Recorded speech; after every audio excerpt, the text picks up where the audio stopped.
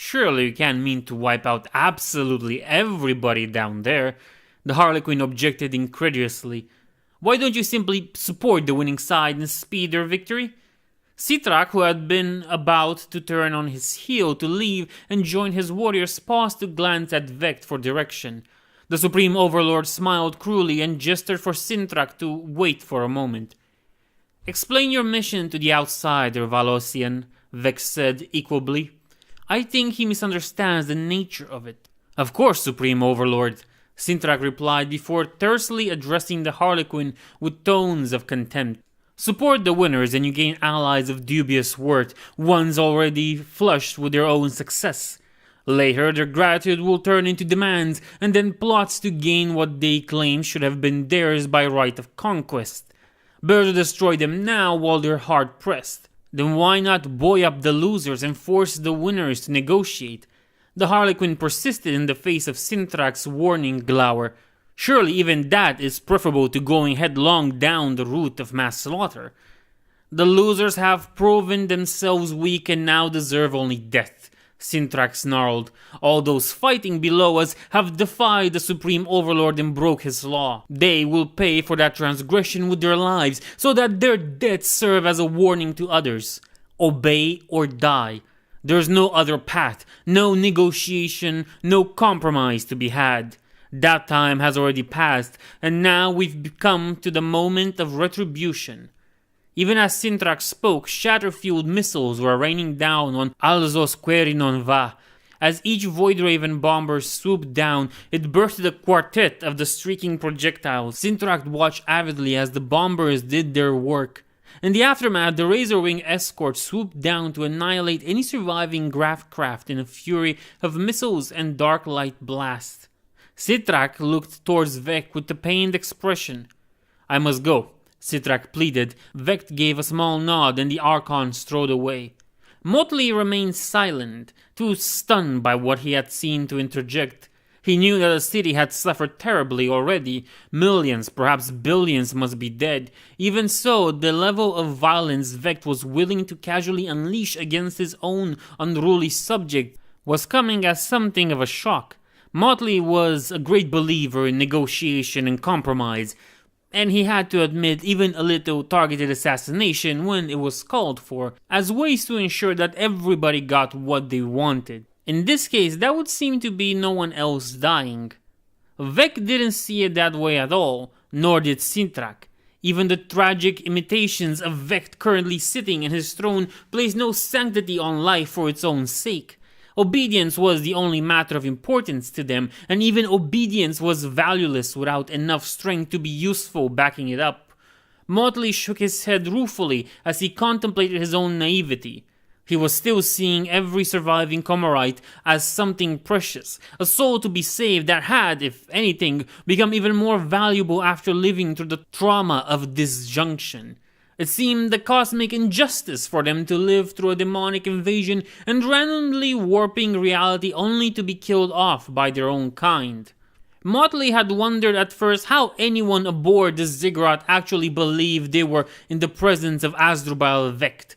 To Motley, the aura of the creature was completely different, a thin and hollow presence compared to the towering black colossus projected by the tyrant himself. Then had come the realization of how completely insensitive the Comorites had made themselves to the psychic realm as a matter of survival. Centuries of excessive perfectionisms had trained Comorites to overcome the forfeit of something that, for Motley at least, was an essential part of his sensory landscape. Even so, the Comorites were blind in this regard, and the real Asdrubal Vect had known how to turn that to his advantage. You shake your head and sigh, outsider, the doppelganger said. Its pitch and tenor absolutely perfect matches for the original. Your overt demonstrations of disapproval offend me. Forgive me, eminent dominator, Motley said, with little real enthusiasms for the play acting. My disapproval was directed inwards at myself for my foolishness. I thank you for taking some of Sithrak's valuable time to instruct me to my betterment. Lies flow from your lips like water, the false Vect observed coldly. You should know that Valosian will hate you now for keeping him from his troops at a critical moment. You should try not to be left alone with him, or indeed be around him at all when he returns."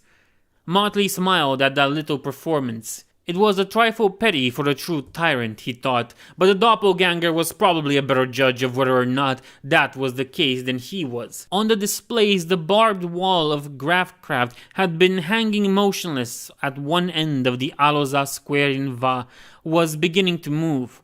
Raiders descended to disembark squads of blood-mad warriors onto the bridges between the spires and in a strict grid arrangement along the rubble-strewn processional itself. The real trouble began at the far end of the processional, where two intact spires stood like bastions to either side of the open path to the lower tiers.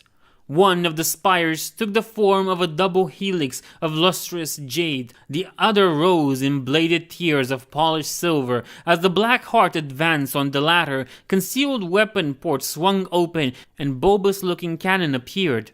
Motley's heart clenched at the sight of the weapons. He knew their kind and could only watch with a horrified fascination at what happened next.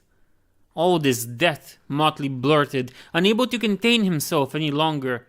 "Don't you see you're putting the city at further risk? Commorragh is one of the greatest surviving bastions for our dying race, and yet you level it as if such actions hold no consequences." Consequences? The false Vecht was smiling at his success and baiting the Harlequin into another outburst. "What you are seeing are the consequences of the poor decisions made by others. Do not blame the chirurgeon when he has to cut deep in order to save the subject. Blame instead the infection that requires such drastic measures to cure. Rebellion, sedation, civil war.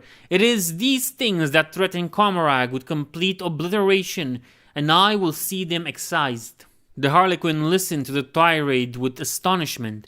Knowingly or not, the false Vecht had struck at the very heart of the matter. The fighting was a symptom of a deeper disease. It was ever the way with the chaos powers that their agents would spread disorder, wittingly or unwittingly, as they went about their work.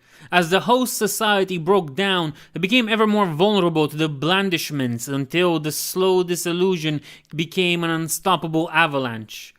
Motley had heard similar tirades from members of other races. The human race, the latest and the most contemptible of the monkey, to lay claim to the galaxy.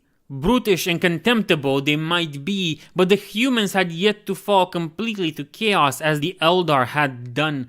The humans had wobbled on the edge of abyss repeatedly, but each time they had avoided their own destruction by doing precisely what Vecht was doing now. Excising the infection before it killed the host. It was frightening to think that there was something to be learned from a race that was so backwards in so many other ways.